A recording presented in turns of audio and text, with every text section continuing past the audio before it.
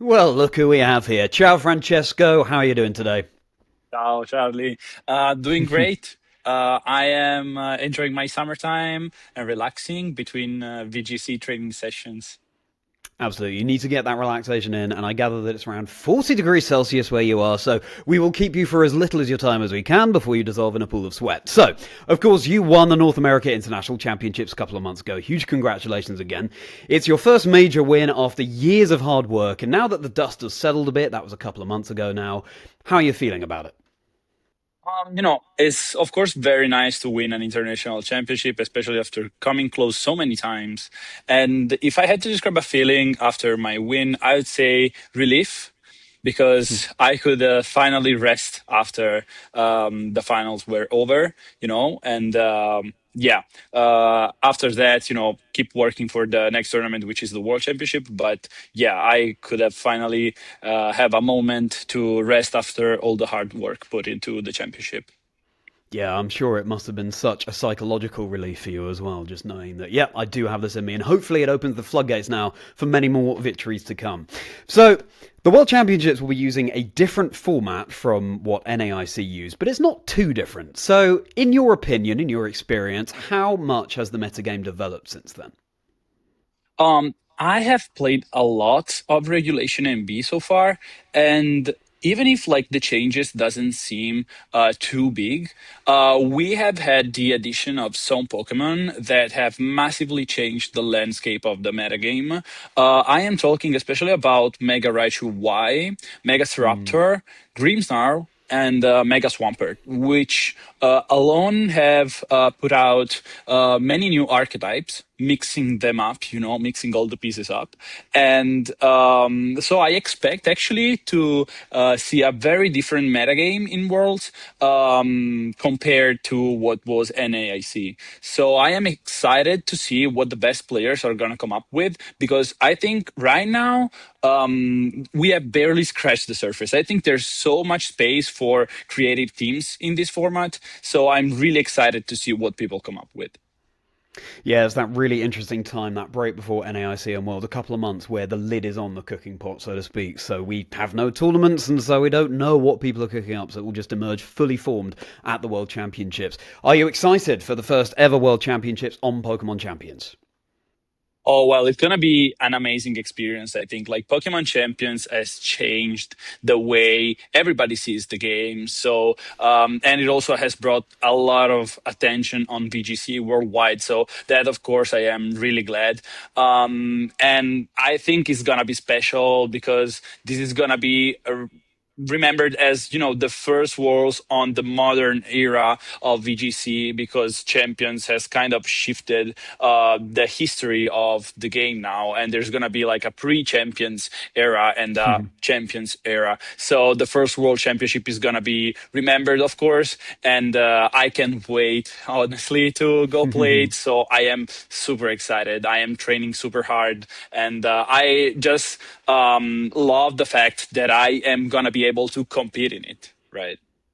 Yeah, it's such a fantastic way of putting it. And of course, the World Championships is the culmination of the entire season, and you, Francesco, have had a fantastic one. I mean, top 32 LAIC, top 4 EUIC, and of course, top 1 NAIC, and that's not to mention your regional level results as well. What do you put your success down to? I could say like I can put my success down to the sacrifices I've put into the game, because when I go to the tournament, I think that there's of course a lot of players that I know, that I've been known for years, that want it just as much as I want. But the question is, how much are they willing to give up in order to succeed in the tournament? And that is what has been the major turning point for me, to get that finally that win. So yeah, I just put in unbelievable work hours for the tournament, for the NIC championship, but also for the UIC championship and the LAIC championship, and I was finally able to top it with a win in New Orleans. But yeah, to think about is kind of crazy, because I spent just so many hours, and sometimes even when you want to do something else, but the tournament is the deadline, so you got to be ready. And I just trusted the process and was faithful to think that it was going to be worth it. And like one win was worth all the, all the defeats and all the time spent into the preparation of the tournament. So yeah, I think to really get that win, you have to have something more than the others, because the competition is very fierce. There are so many amazing players, and the game is gonna get harder. So it's not gonna be easier. From now on, it's only gonna get harder. So you really need to get that difference to win, because like all the players are so strong and everybody wants it, and so you really have to go another mile to achieve a victory. So that was great to get the point proven in NAIC, and from here I just wanna keep going. Absolutely, don't underestimate pure and simple hard work. And of course, you are far from the only Italian to have had a good season. I mean, Italy won 6 of the 9 EU regional level events this season. 2/3, that is unprecedented for one region to do that. We're all dying to know, Francesco, what is Italy's secret sauce? I think like every player in Italy who has had great success in the past years, we all know each other. We all talk to each other and share ideas, not specifically train together, because there are so many different groups, because Italy has a really strong local scene. So everybody has like his small group of friends who likes to work with.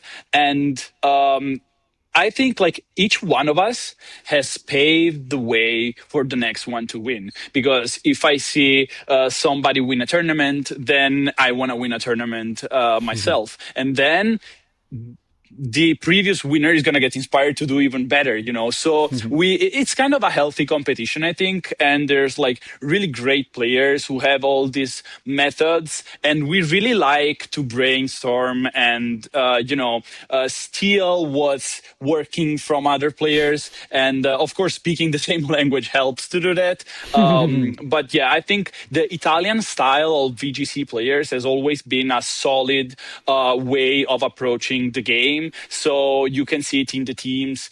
They're basically, we use the best Pokemon rather than maybe try to experiment with teams that have unconventional picks. But the base ground is that like we're really strong players because of the strong community that we have. The locals are packed with people, so you get like regional champions or international champions playing in locals, so you get to play with the best. And obviously, like a strong competition in local events is gonna make you a better player. Yeah, you teach me and I'll teach you indeed. And now we're here at the pinnacle, the World Championships. What are you most looking forward to about Worlds, Francesco? My goal in Worlds is to enjoy the experience, because to get to San Francisco from where I live is actually pretty far. So just to be there for me is a great thing. And on top of that, in the competition, which is the thing I care the most, is competing against the best players. So I really want to play against the strongest opponents that they're going to be there, especially the Japanese players, because I think Japan is probably by far the country that I admire the most in terms of VGC players, and they're all really, really strong. And Worlds is the only tournament where Japan sees a huge representation. So this is the opportunity for me to play against Japan's best players, and I am looking forward to challenge them. So yeah, that is the experience I am I want from this event. Yeah, well, also, Francesco, San Francisco almost literally has your name on it, so I hope that stands you in good stead. I have one more quick question for you, Francesco. You told me before the European International Championships in 2025 that there was a Pokemon on your team that resembled mozzarella, so I think it was Terrapagos. You were eating mozzarella to channel its spirit. Without giving too much away here, what food will you be eating in the run-up to Worlds 2026? Maybe I could use some chicken for this World Championship.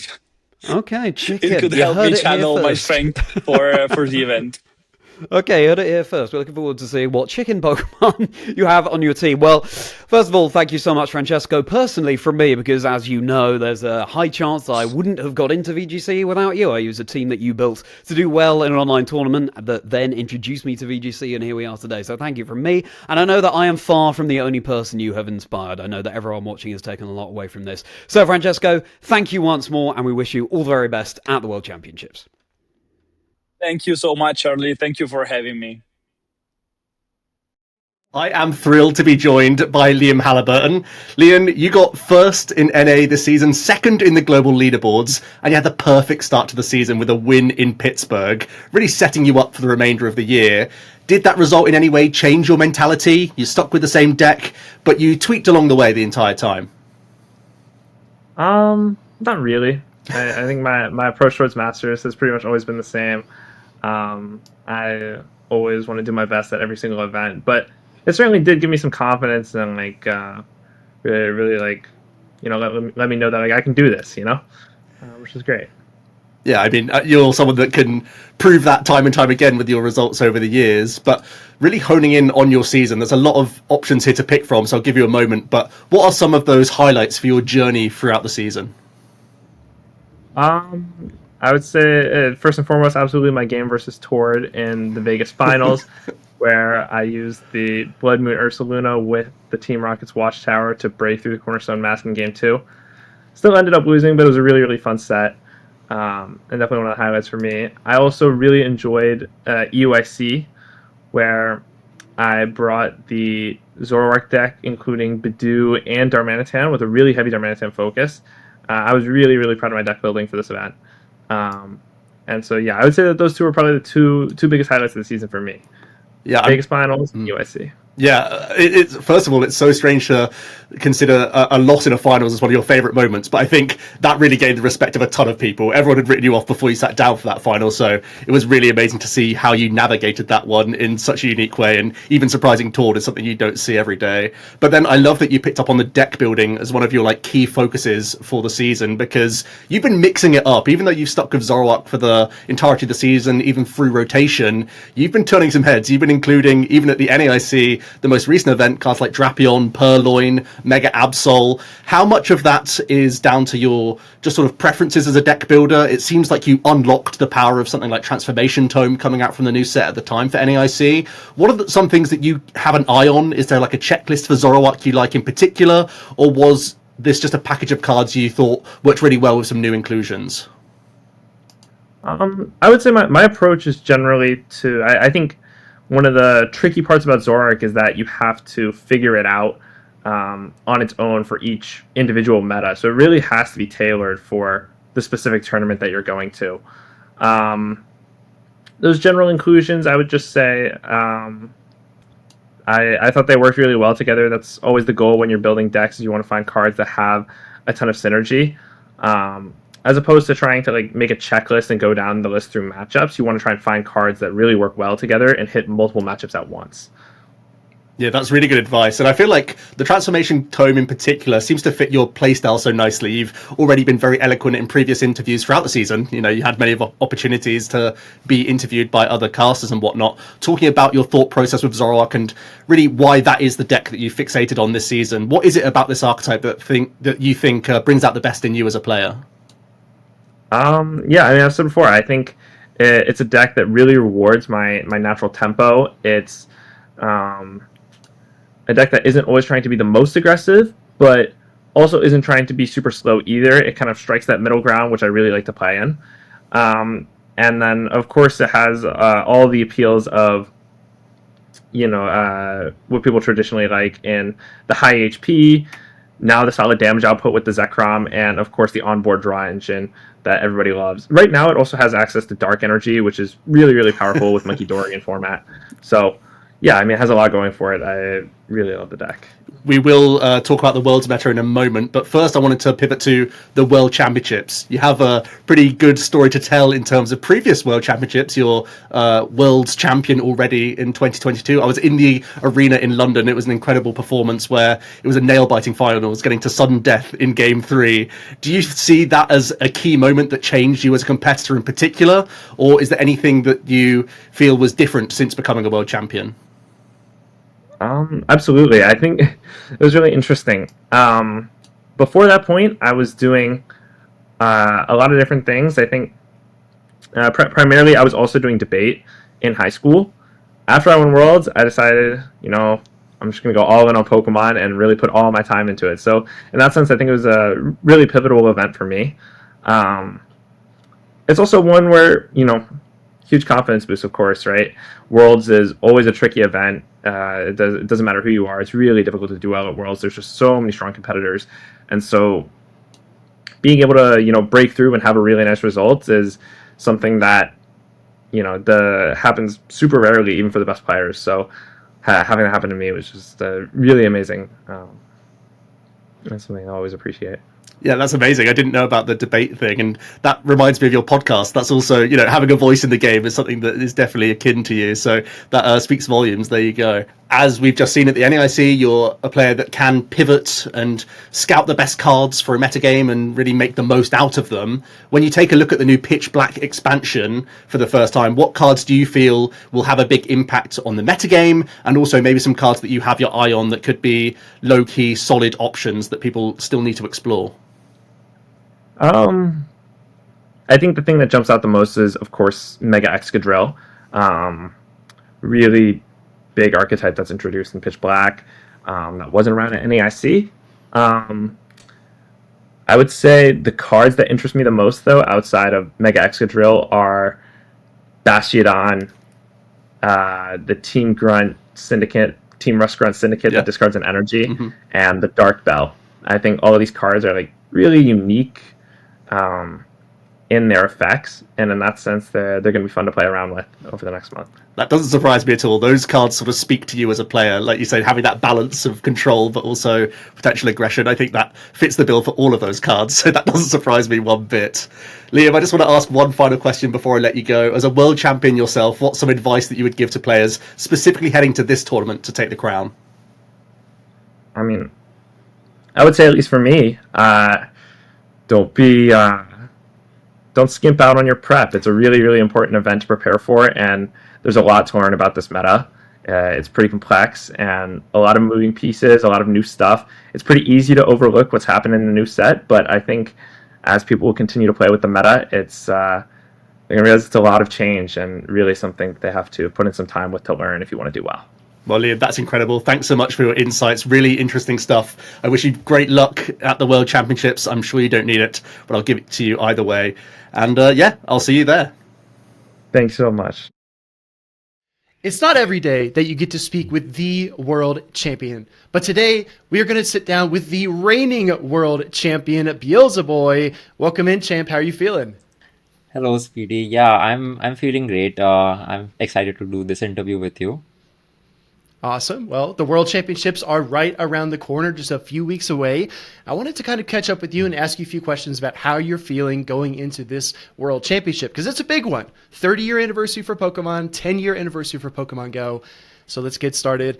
Last year, you became the first competitor from India to win a 1-versus-1 esport title. In any game, Pokemon GO was the very first one. So I would like to hear what you have to say about Pokemon GO and how it's a location-dependent game, but trainers all over the world can play, even if they're from India or any other region. Yeah, that's such an interesting question, Speedy, because because you ask about Pokemon Go as an esport. For example, whenever I tell somebody, that I play Pokemon Go esport, the first question they have is, wait, Pokemon Go esport, don't you have to go outside and catch Pokemon? How is that an esport? And that's such a fascinating question, because after having caught the Pokemon, what do you do with them? So for example, I recently got a friend of mine to play Pokemon Go, and yeah, she was hooked with it. She was like catching Pokemon every day. And then like 2 days ago, she said, there was this like battle feature that battle tab that I saw on the screen, and it looked really interesting.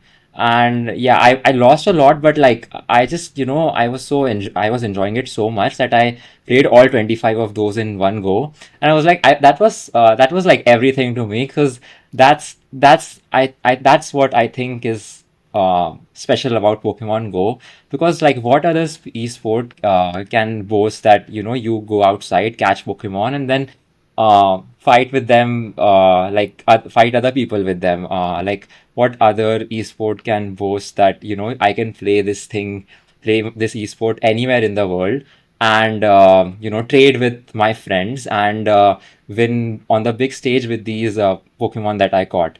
I don't need any device, any console. I can just go outside. I just need my smartphone and a good internet connection, and I'll be good to go.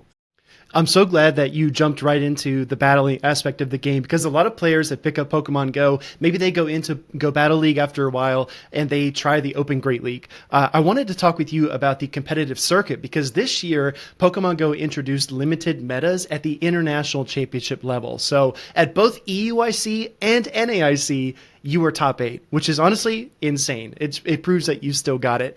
I wanted to ask you, how do you feel about the limited metas, and how do you feel about the Pokemon Go World Championships returning to the Open Great League again this year? Oh yeah, thank you so much. I'm glad that you think that I still got it. I sometimes wonder that myself. But yeah, so this year was the first time we saw limited formats, right? And it was so fun to like just as a spectator as well, like just to watch all these like Pokemon that would have like almost non-existent viability in the Open Great League format to have success. Like uh Oranguru was everywhere in LAIC. I tried Bug Bite Beater, and so many others tried it as well at EUIC. Who was thinking of Bug Bite Beetle? And then in at NAIC there were like Pokemon like Shadow Swarna that were like I think one of them even like got top 8. So that was Yes. like that was so cool to watch.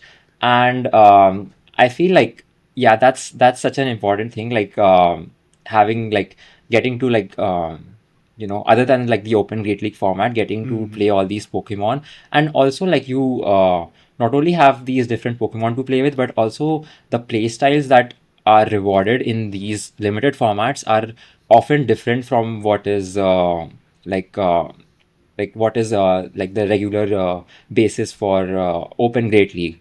And so like yeah, Worlds being in Open Great League will definitely be a very different like scenario from the ICs, but I'm excited for it. There's so many viable Pokemon this year than last, and the meta hasn't even settled down yet, because we're gonna get another big, another like at least considerable shakeup with Thievel Community Day coming Yes. up. So yeah, super excited. Okay, so I have to ask you a question that is going to divide people in the chat, because a lot of people like the limited metas, and a lot of people say, Open Great League, it's always going to be the best. I have to ask you, Champ, which of the two are you most excited about? Are you happy to be returning to the Great League? Is it in a good place right now? Personally, I am excited for Okay. Open Grid League, and I would also say that Open Grid League is the best. I'm sorry to the other half of the debate, but I think it's still important that we got to like experience like the limited formats, and they can be so fun, and like so rewarding, like gameplay wise. Like you have to think outside the box often, and run all these like unconventional picks sometimes that Great League may not allow as freely. So yeah, although I'm like definitely excited to go back to Great League, I would definitely love to see more of these like limited formats in the future All right. Well, as a competitor. Oh, of course, of course. Yeah. And I'm sure those are competitions you want to win, and you have a realistic shot at going all the way. I wanted to ask you, Champ, this is actually the question I'm most excited to ask you, because everyone remembers your World Championship victory. You on stage saying, "I am Beelzeboy," right? That's absolutely iconic in Pokemon Go history. So I wanted to ask you, if you can remember back to standing on that stage and living in that moment, and then you fast forward to today, what have you learned since you became the world champion? Um, that's my favorite question so far as well. Because like that there's yeah, I thought about this question a lot, and like so much has happened in the past year, like after becoming the world champion and like everything. I started streaming, for example. I've attended a lot more events than I did before. Like Worlds last year was my like second in-person event ever, like as a competitor, and having like getting to like attend more events, meeting more people. Like I've been asked a lot of questions, about the game and otherwise. I've had to think about these questions and come up with answers, and I got to meet a lot more people, interact with so many of the community. I've received so much love and support from the community, for which I'm so grateful. Um, so yeah, like to sum it up, and this is gonna sound so corny, but No, it's okay. what I've learned, like over the past year after becoming the world champion, I think the thing I've learned most about is like about myself, and yeah, for example, like they say like the world champ difference thing. Like they usually use world champ difference to associate with a person, but I think the difference lies more importantly maybe in the community and the title itself. Like, yeah. Yeah. Well said. Well said, Champ. Okay, I got two more questions for you. We're going to move through these pretty quickly. So I wanted to ask, what part of Worlds are you most excited for, right? 30th anniversary of Pokemon, 10th anniversary of Pokemon Go. Are you excited for Pokemon XP? Are you excited for the anniversary event, the tournament, the competition? What gets you most fired up about Worlds this year? Yeah, it's overall everything is gonna be so hype. As you said, is a 10-year anniversary of Go. There's gonna be Pokemon XP as well. Lots of fun events to do. Lots of cool people to hang out with. Lots of new experiences. As you said, Pokemon XP. So yeah, I'm hyped about all of it. I'm hyped to meet all my friends again, and Yeah. yeah, it's gonna be awesome. All right, Champ, last question. What do the viewers at home need to know about the World Championships? Sum it all up. You just have to experience it. Yeah, it's gonna be so hype. There's nothing else quite like it. And there's nothing else quite like sitting down with the world champion. Beelzeboy, thank you so much. I cannot wait to see you in San Francisco. Best of luck at Worlds again this year. May you defend your title. And let's get back to the preview show. All right, I get the chance to sit down with now two-time world champion, potentially going for the only player to ever get three-time world champion titles, Overlord. My friend, how are you doing? How's Japan? Yeah, hello everyone. Yeah, I'm doing great. It's been great. I've been doing well in Japan. Outside of Unite. I've had a lot of IRL life updates going on. But yeah, I've been enjoying my time. I'm really happy. I'm super excited to compete at Worlds of Reject this year. Awesome. Well, yeah, congratulations are in order for a lot of that, but we'll see if we can add even more things with this World Championships in just a few weeks now at this point. But I want to ask you a few questions about how we got here to this point, Overlord. Obviously, you've been playing on Reject all season long out there in Japan, Asia Champions League, and multiple events. So I want to know, what was the most challenging part for playing for a team like Reject, obviously all Japanese players you're playing with, and what was the most rewarding part of playing with that team? Yeah. Well, I guess the obvious answer would probably be the language barrier, of course. But I think it's like a pretty obvious answer. So I think honestly the hardest thing for me fitting in was kind of finding the role that I fit on the team. I kind of no longer was the central vocal point of the team like I was on LG per se, where a lot of the strategies and kind of everything kind of revolved a little bit around me. Whereas on Reject, I'd say I think where we started to find a lot more success as well was when I kind of transitioned a little more to almost like a leadership role in the team. Because now I am, I think, like the second oldest on the team now. And then since a lot of our players weren't super vocal and I kind of like took more of a lead when it came to like, communication and games, as well as kind of setting up, a lot of like the macro and doing a lot of the drafts outside of game. And that's kind of like the role I've sort of taken on the team a little bit. Cool. And I think definitely the most rewarding was definitely getting second at ACL for sure. Because I think that was kind of like it was almost like a break point a little bit between day 1 and 2. Where we were still kind of like struggling a little bit on day 1, but day 2 we kind of found our footing, found what worked for us, and then we just for the rest of the season we were pretty successful sticking to that. So. Yeah, that's been a successful formula for you in years past too, Overlord. The day 2 Overlord and the team they're on is always a fearsome one to deal with. Multiple World Championships have resulted that way. But Overlord, I gotta ask about this year's World Championships in San Francisco. What's got you most excited about the event? I mean, you're coming back to the States to play on a different team. What's got you most excited about 2026 World Championships? Oh yeah. Well, once we got the announcement that it'll probably be the last partnered one with Pokemon, there's definitely a lot more stakes involved. I think. I think it'd also be pretty fun going to America with my team from Reject from Japan. I think it'll be fun seeing their reactions to a lot of American things that I kind of seen or grew up with, or like restaurants or whatnot that I like. But yeah, I'm excited. I think it'll be one of the most competitive ones, if not the most competitive one. I think there's a lot of great teams. The groups look pretty interesting as well. So yeah, they do. I'm glad you brought that up, actually, Overlord. Let's talk about that.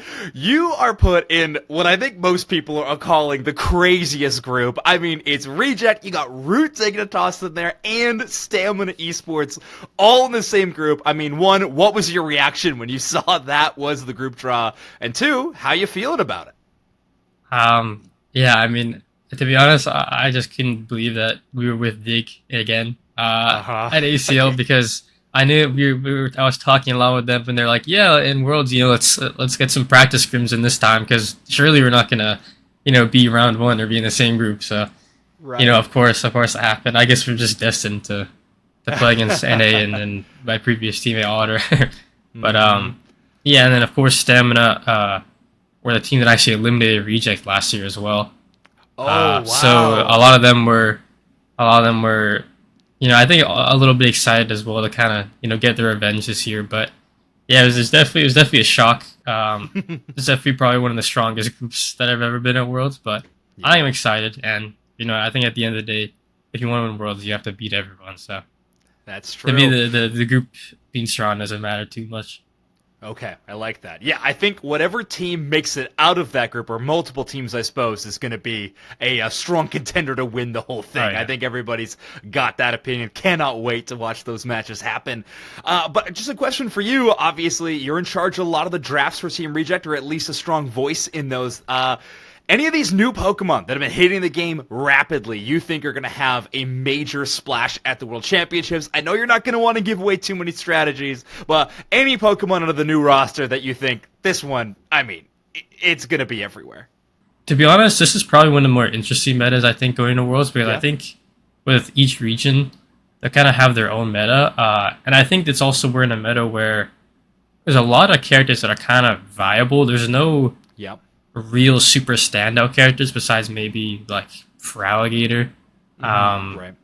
But I think for the most part, there's a lot of characters that are kind of valued at like a really high level. So I'm kind of interested to see how a lot of other regions kind of value these Pokemon.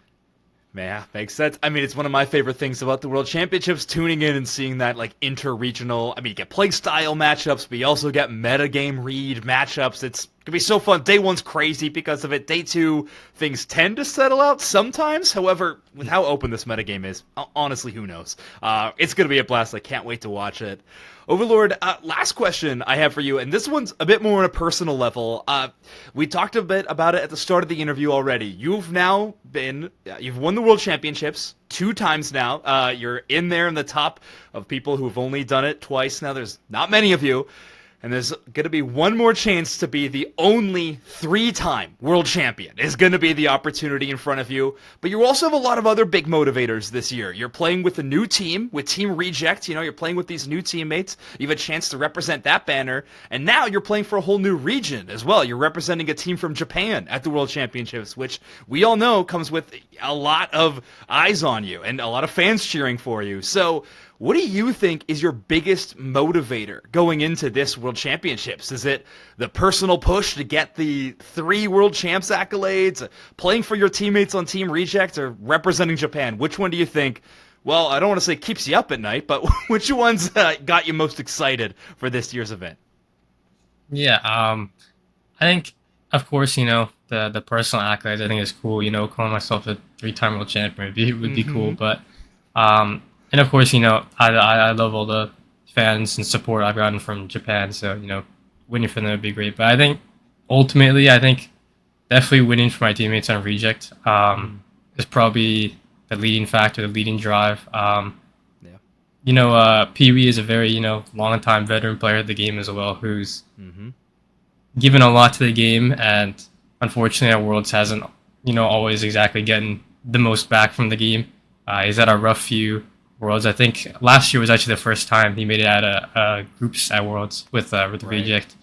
So I definitely want to get a win for him, as well as all the other members of the team that welcome me in. I've grown quite close to them, and I think as on LG last year as well, that was my main driving factor, was kind of winning with my teammates and the people that I've spent the entire year with and kind of bonded with. So I think that's definitely my ultimate drive, I think. Awesome. I mean, that's great to hear, and I think it's just a marker of your success that you trust in your teammates, and they're going to be trusting in you. That's awesome. I cannot wait to watch you and the rest of Reject compete at this year's World Championships. Overlord, good luck. We'll see you in San Francisco. Well, thank you.